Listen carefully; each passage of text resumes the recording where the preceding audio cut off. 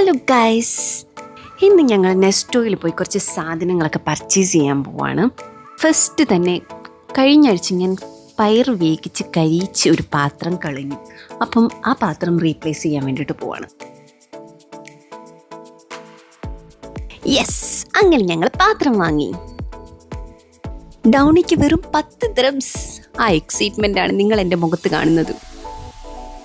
അപ്പം ഞങ്ങൾ ബാക്കി സാധനങ്ങളൊക്കെ വാങ്ങട്ടെ. ഇനി കുറേ വെജിറ്റബിൾസ്, ഫ്രൂട്ട്സ് ഒക്കെ വാങ്ങാനുണ്ട്. അതൊക്കെ എൻ്റെ ഹസ്ബൻഡിൻ്റെ പണിയാണ്.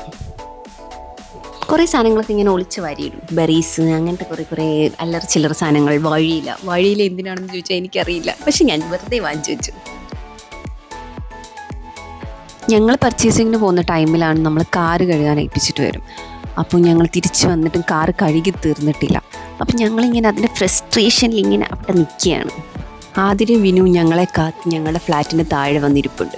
അപ്പം ഞങ്ങൾ അവരെ ക്യാച്ച് ചെയ്യാൻ വേണ്ടിയിട്ട് പോവാണ്.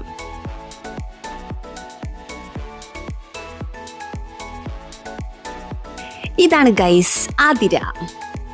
ഞങ്ങളെയും കാത്ത് കുറേ സാധനങ്ങളൊക്കെ വാരി വലിച്ച് കഴിച്ചിട്ടൊക്കെ ഇരിക്കുകയാണ് അവള്.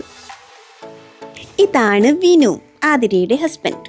അപ്പം ഞങ്ങൾ എല്ലാവരോടും കുറച്ച് നേരം സംസാരിച്ച് അങ്ങനെ ഇങ്ങനെ ഇരിക്കുകയാണ്. അപ്പോൾ ഇത്രയുള്ളൂ ഗൈസ്. ടാറ്റ, ബൈ.